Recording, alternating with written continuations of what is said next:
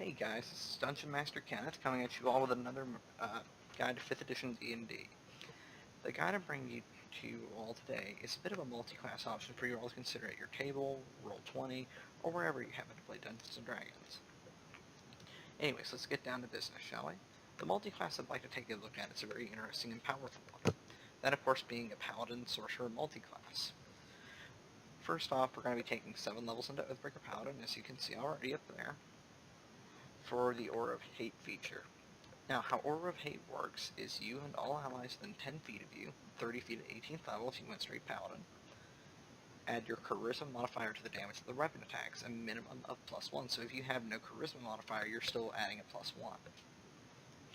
After this, you'll want to be taking the next 10 to 13 levels into the Sorcerer. Your choice of the bloodline doesn't really matter here, but Draconic bloodline is still a very strong choice to make.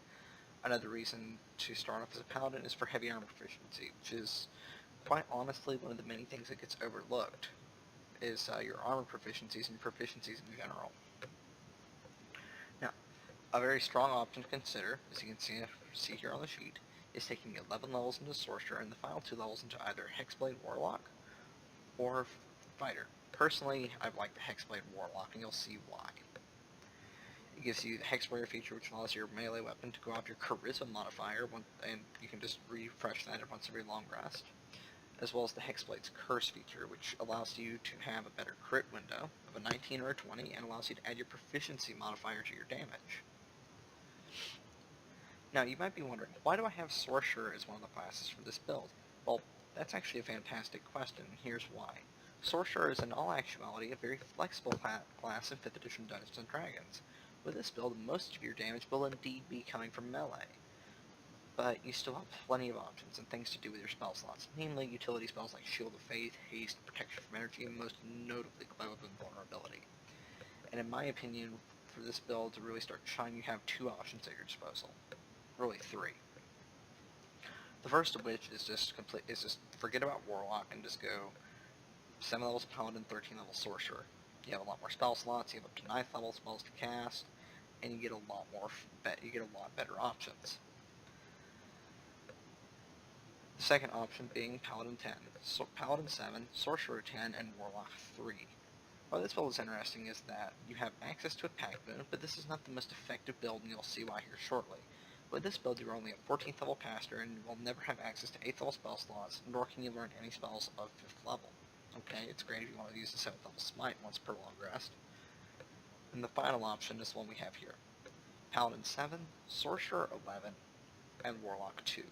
This is the most effective option at your disposal, and this grants you the ability to learn Glow of Invulnerability, as well as granting you an 8th level spell slot to work with. And did someone say Smite at 8th level?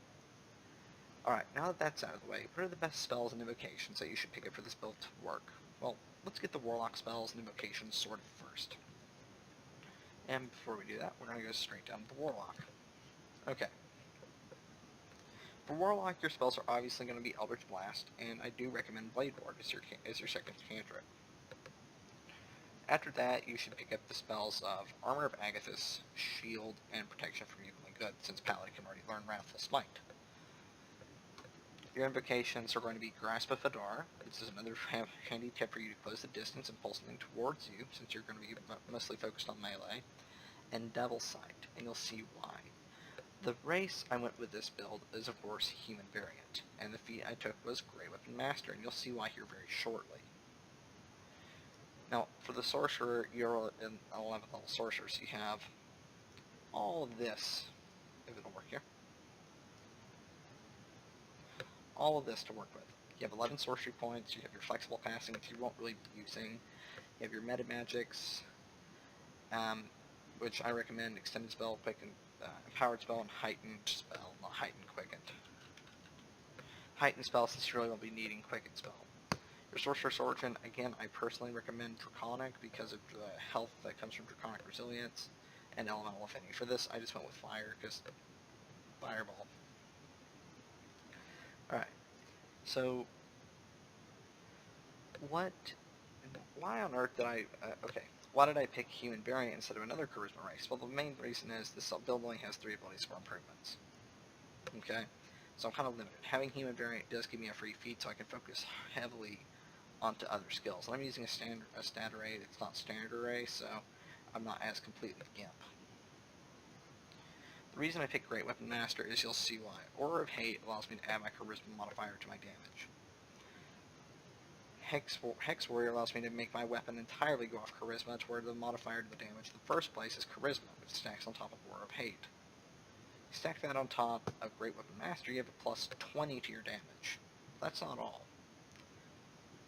You also get Hexblade's Curse, which allows you to add your proficiency modifier to your damage.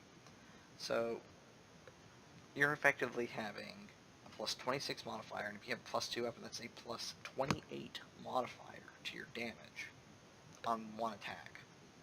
So if you crit, that's an immense amount of damage. That modifier alone is what most people do on average.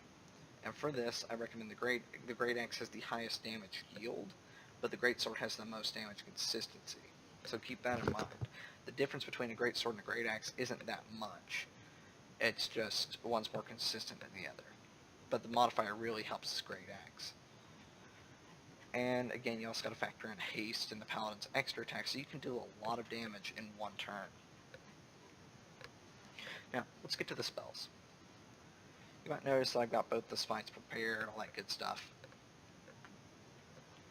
Alright, so what spells do I recommend for Sorcerer? Again, Burning Hands, Hold Person, See Invisibility, Blur, Protection from Energy, Haste, Dimension Door, Greater Invisibility, Stone Skin. All of these are great spells. Hold Monster especially. But mainly Web of Invulnerability is the one I really recommend you taking, is because if you're having to back, you can play a support build with this really easily, and a lot of people want to overlook that because of the amount of damage it can do. Your main purpose at the end of the day is to be an upfront damage dealer. That's your main purpose at the end of the day. But if you can accomplish other roles while you're at it, and that's another thing being a paladin is very helpful with, because you can accomplish more like different roles rather easily.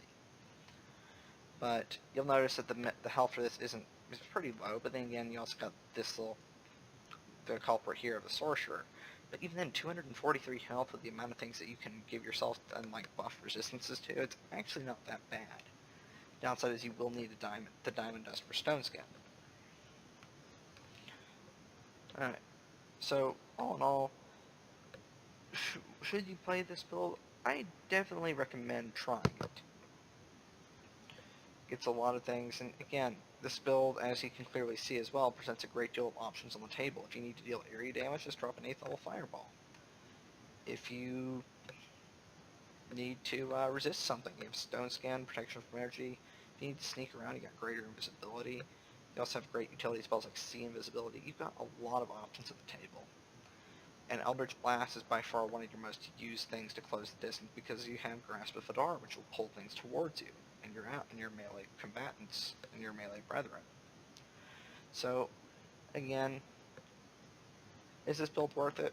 Definitely, but the main caveat is you need to be rolling for your stats. If you're not rolling for your stats or using decent, like a array that's not standard array, you will notice some problems with this, because you're not getting enough ability score improvements.